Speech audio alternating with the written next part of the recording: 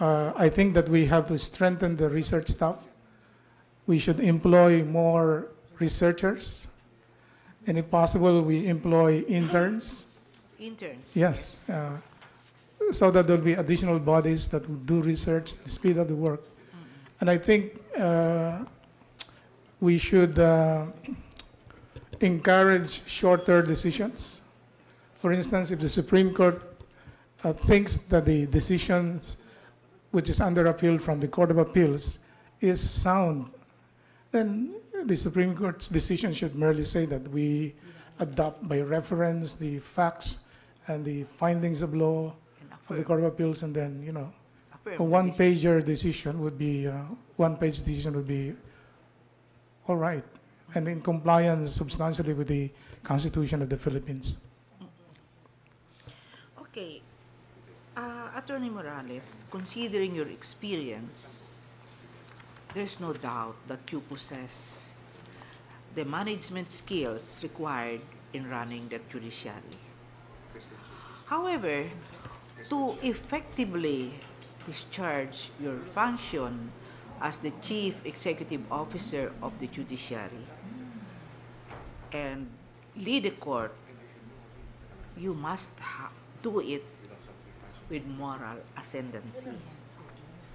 And you can only have moral ascendancy if you have the respect, the trust, and confidence of all the associate justices working with you. Attorney Morales, can you tell us how you intend to get the respect, the trust, and confidence of the incumbent justices, most of whom are older than you, not only in age, but in terms of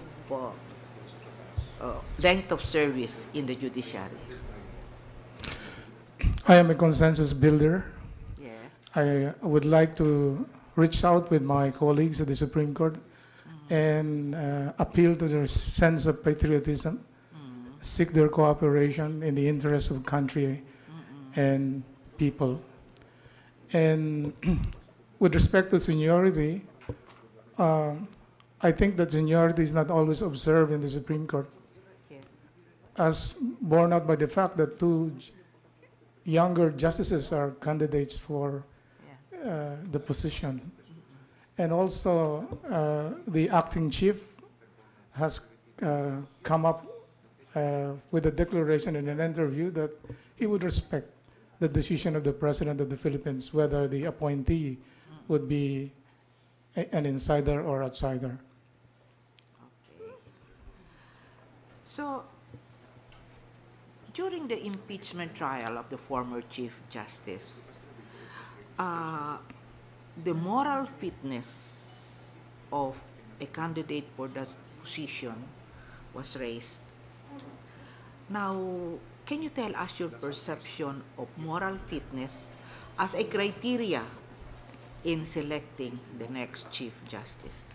Moral fitness is number one in my list. Honesty is the best policy. You know? Without integrity, on the part of the Chief Justice, people would not repose trust and confidence in the court system. Okay, let's go to another point. It is given that the two political branches of government, namely the executive and the legislative, have the primary responsibility of promoting the economic well-being of the country. In one of his lectures, a former Chief Justice stated that the judiciary has a similar duty to nurture prosperity and alleviate poverty in our country. Do you agree, Attorney Morales? To some extent, although on matters dealing with the economics, Yes. I would probably exhibit judicial restraint. Okay. So how are you going to do that? How are you going to do that? If a case is brought before the Supreme Court and it concerns economic policies, then I would probably exhibit judicial restraint in that I would uphold and sustain the policies promulgated by the executive or the legislative branch.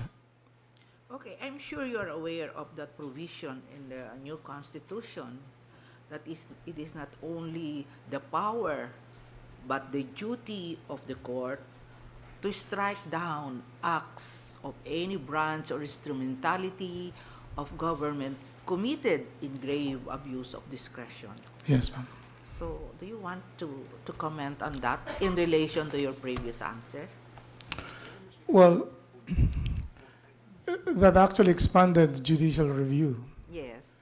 and that eroded somewhat the political question doctrine, and that answers the criticism founded on the doctrine of counter-majoritarian, because whenever the Supreme Court strikes down as unlawful or unconstitutional a legislative or executive act, the Supreme Court is said to be counter-majoritarian, because those acts are acts of the political branches of government that have been elected by the majority of the people.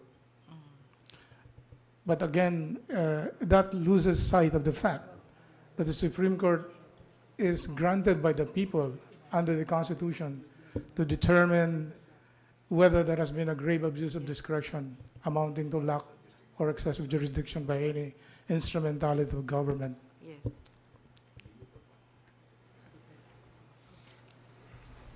Okay. Now, if you will be fortunate to be nominated and appointed as the next Chief Justice of our country, will you kindly tell us your top 3 priorities upon assumption of office? I'm going to fill up the vacancies because judiciary is undermanned.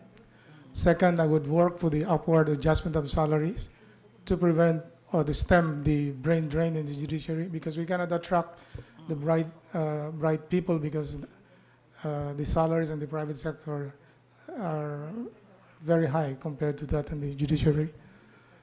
Then I would work for the increase in the budgetary allocation of the judiciary. Okay, Attorney Morales, this will be my last question in connection with your answer. We all know that a Chief Justice is both a jurist and the Chief Executive Officer of the judiciary. As a jurist, a Chief Justice is expected not only to be actually independent, but must be perceived as independent at all times. However, as a CEO, he has to deal with officials from the other 2 branches of government and maintain a harmonious relationship with these people. Now, can you tell us, Attorney Morales, how you can balance these 2 seemingly conflicting functions? How can you preserve your independence and at the same time maintain a cordial relationship with the officials of the other 2 branches of government? The 2 justices are not mutually inconsistent. Independence, a judge is independent if he's able to decide the case purely on the basis of the merits, Yes. and swayed by any partisan interests, not influenced by family, social, or other relationship. That is independence as defined in the Code of Judicial Conduct. Then, Interacting with the executive or legislative officials does not necessarily detract from the independence of the Chief Justice. In fact, that is supposed to be encouraged, because the judiciary is not supposed to be staying in the ivory tower. so your idea is of a Chief Justice is not to stay in the ivory tower all the time, but he has to go out. Yes, ma'am. Precisely, the judicial executive